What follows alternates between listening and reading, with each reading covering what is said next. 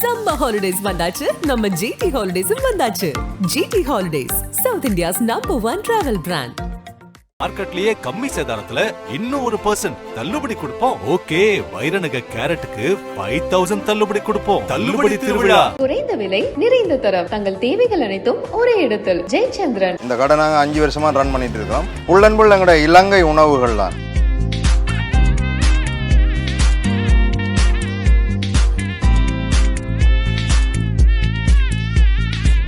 இந்த ரோஸ் பானும் கறி குழம்போட பத்த குழம்போட மீன் குழம்போட சாப்பிட்றதுக்கு மிகவும் சிறப்பான உணவு.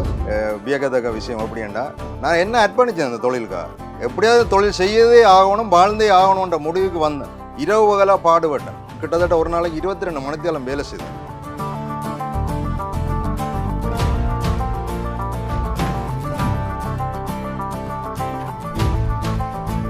ஆகவே கண்மூடித்தனமாக தான் இந்த தொழிலை தொடங்கி என்னுடைய முயற்சியை கைவிடாமல் மீண்டும் அடிக்கு மேல் அடி அடித்த மாதிரி மூவ் பண்ணி கொண்டே இருந்தேன்.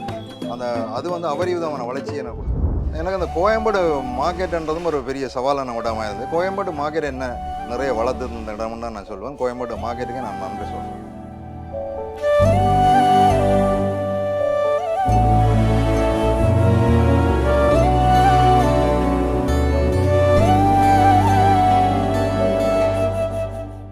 அண்ணா வணக்கம். வணக்கம் வணக்கம். உங்கள் பேர்? என்னுடைய பேர் பரமநாதன் ரவிச்சந்திரன். ஓகே. இலங்கை திருவோணமலை தென்னவருடைய சேர்ந்து நாங்கள். ஓகே. நாங்கள் எப்படின்னா சென்னைக்கு 2010ஆம் ஆண்டு வந்து சென்னையில் என்ன செய்கிறேன்னு தெரியாமல் ஒரு இருண்ட ஒரு யுகத்தில் வாழ்ந்துட்டு வந்தோம். எங்களுக்கு எந்த அடிப்படை வருமானம் கிடையாது. வாழ என்ன வசதி இருக்குமென்னு கூட தெரியாது. என்ன தொழிலை செய்ய போகிறோம்னு ஒரு இக்கட்டான சூழல். அப்படி ஒரு இக்கட்டான சூழலில் நாங்கள் அந்த சிலோன் ரோல்களை செய்து டீ கடைகளுக்கு சப்ளை பண்ணி வந்தோம். அதை தொடர்ந்து சென்னையில் நிறைய இடங்களுக்கு சப்ளை பண்ணினோம். அதில் போதிய வருமானம் கிடைக்க இல்லை, அலைச்சல் கூட அதிகமாக இருந்தது. திரும்ப இப்படி ஒரு எங்களோட பிரெட்டு கடையை ஒன்றை உருவாக்கி இந்த இடத்துல நான் 2020 ஆண்டு கொரோனாவுக்கு முன்னாடி தான் ஸ்டார்ட் பண்ணாங்க. தொடங்கிட்டு 5 வருஷம் இந்த கடை நாங்கள் 5 வருஷமாக ரன் பண்ணிகிட்டு இருக்கிறோம். ஃபுல் அண்ட் ஃபுல் எங்களோட இலங்கை உணவுகள் தான். இலங்கை உணவுகளில் பான் என்று சொல்கிறது பிரெட்டு தான். அது பான் என்று சொல்லப்படுவது ஒரு இலங்கையை சேர்ந்த ஒரு பிரெட்டு. அது மீன் குழம்பு, கறி குழம்பு, பத்த குழம்பு, கார குழம்போட சாப்பிடக்கூடிய ஒரு சிறப்பான உணவு. இது எங்களுடைய ஆட்கள் எல்லாருமே விரும்பி சாப்பிடுவாங்க. நீங்கள் இப்போ இன்னொரு 40 நிமிடம் கழிச்சு இந்த இடத்துக்கு வந்தீங்கன்னா நிறைய எங்களுடைய இலங்கை மக்களை நீங்கள் அதிகமான பேர் வாங்க வருவாங்க. அந்த ஆட்கள் வாங்க வருவதை பார்க்கலாம். எல்லாருமே இரவு சாப்பாட்டுக்காக தான் வாங்குவாங்க.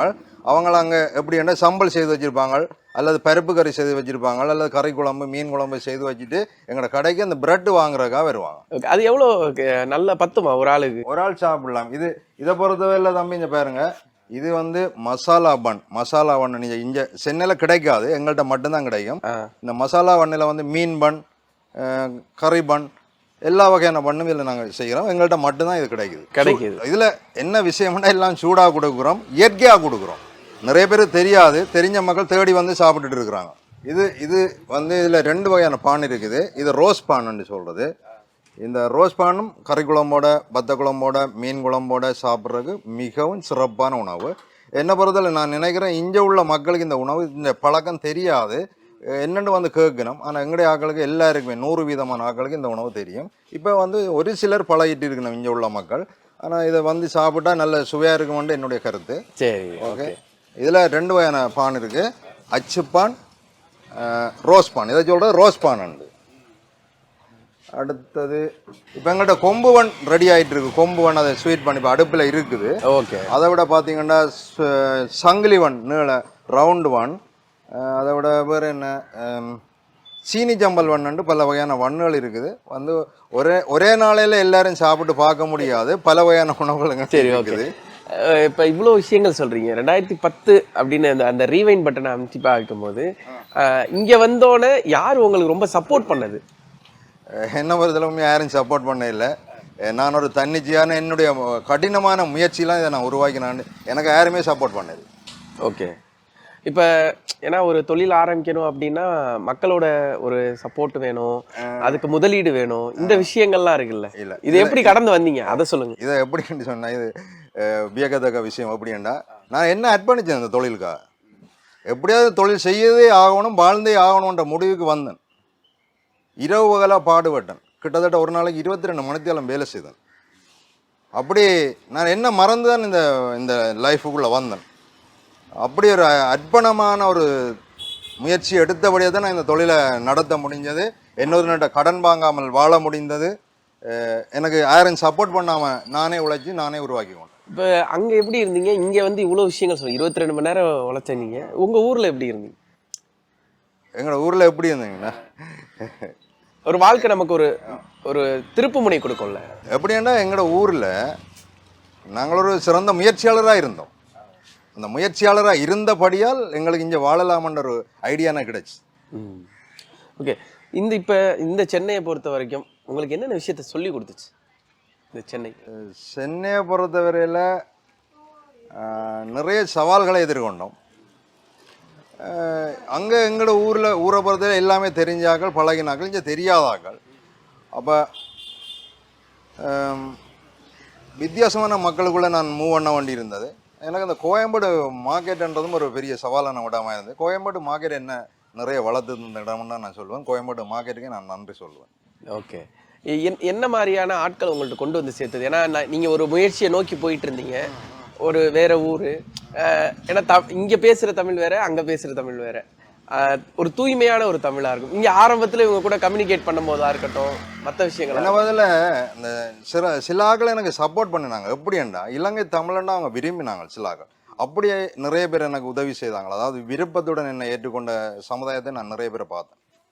இலங்கை தமிழர்கள் என்னோட ஆசைப்பட்டு என்னோட வந்து பேசி என்னுடைய தொழிலுக்கு சப்போர்ட் பண்ணின ஆட்கள் நிறைய பேர் இருக்கிறாங்க. அதில் ஒருத்தரை மென்ஷன் பண்ணி சொல்லணும்னா நீங்கள் யாரை சொல்லுங்க? உதாரணத்துக்கு எனக்கு அந்த பையன் வடவழியில் ஒரு பையன் ஜூஸ் கடை ஒன்று நடத்திட்டு இருக்கிறான். அந்த பையன் வந்து எனக்கு ஐடி கம்பெனிகளுக்கு நிறைய ரோலை உள்ளே கொண்டு போகிறதுக்கான வாய்ப்புகளை ஏற்படுத்தி தந்தான். டிஎல்எஃப், அம்பத்தூர் ஐடி கம்பெனி அப்படியான இடங்களுக்கு சப்ளை பண்ணுறதுக்கு நிறைய. ஓகே, இப்போ இன்னொரு இடத்துக்கு நீங்கள் பெயர்ந்து வரீங்க, இவ்வளோ விஷயங்கள் பண்ணியிருக்கீங்க. எதை நீங்கள் வெற்றியாக நினைக்கிறீங்க? என்னுடைய சக்ஸஸ்ண்டா எப்படின்னா, இந்த தொழிலில் உண்மையாக எனக்கு தெரியாது இப்போ இந்த ரோல் வந்து இவ்வளவு சக்ஸஸாக கொண்டு போக முடியும்னு கூட எனக்கு தெரியாது. ஆகவே கண்மூடித்தனமாக தான் இந்த தொழிலை தொடங்கி என்னுடைய முயற்சியை கைவிடாமல் மீண்டும் அடிக்கு மேல் அடித்த மாதிரி மூவ் பண்ணி கொண்டே இருந்தேன். அது வந்து அபரிவிதமான வளர்ச்சியை எனக்கு கொடுத்தது. தோல்வினா எதை சொல்லுவீங்க? இந்த தோல்வி தான் எனக்கு இவ்வளோ பாடத்தை கற்றுக் கொடுத்ததுன்னா சர்க்கிள் எப்படி என்று கேட்டால், இந்த மழை காலங்கள் ஏற்படும் பொழுது தொழிலை கொண்டு நடத்த முடியாத ஒரு சூழல் ஏற்படும். என்னென்னா ரோடுகளில் வெள்ளப்பெருக்கு ஏற்படும் பொழுது நாங்கள் கடைக்கு சப்ளை பண்ணக்கூடிய பொருட்களை வந்து உரிய நேரத்தில் கொண்டு போய் சேர்க்க முடியாமல் இருந்தது. கிட்டத்தட்ட நான் இங்கேருந்து கேளம்பாக்கத்துக்கு கூட சப்ளை பண்ண வேண்டிய, இங்கேருந்து கேளம்பாக்கம் போவேன், நாவலூர் வரையும் போவேன். உதாரணத்துக்கு சொல்லுவோம், ஃபார் எக்ஸாம்பிள்.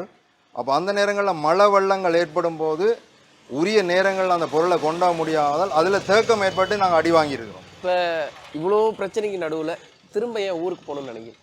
எங்களுக்கு அங்கே உண்மையை சொல்ல போனால் எங்களுக்கு சுதந்திரமான வாழ்க்கை அங்கே கிடைக்காது என்பது என்னுடைய கருத்து. அங்கே போனால் இப்போ இன்னொரு விஷயம், ஒரு விஷயம் பாதிச்சிருக்கோம்ல உங்கள் வாழ்க்கையில், எந்த விஷயம் உங்களுக்கு ரொம்ப பாதிச்சு? எங்களோட ஊரை பொறுத்தவரை நாங்கள் எல்லாமே அதிகாரமாக வாழ்ந்தோம். எங்களுக்கு ஒரு அதிகாரத்தோடு வாழ்ந்து கொண்டிருந்தோம். எங்களை என்னோடதான் தட்டி கேட்க முடியாது அந்த துணிச்சலான அதிகாரத்தோடு வாழ்ந்துட்டு இருந்தோம்.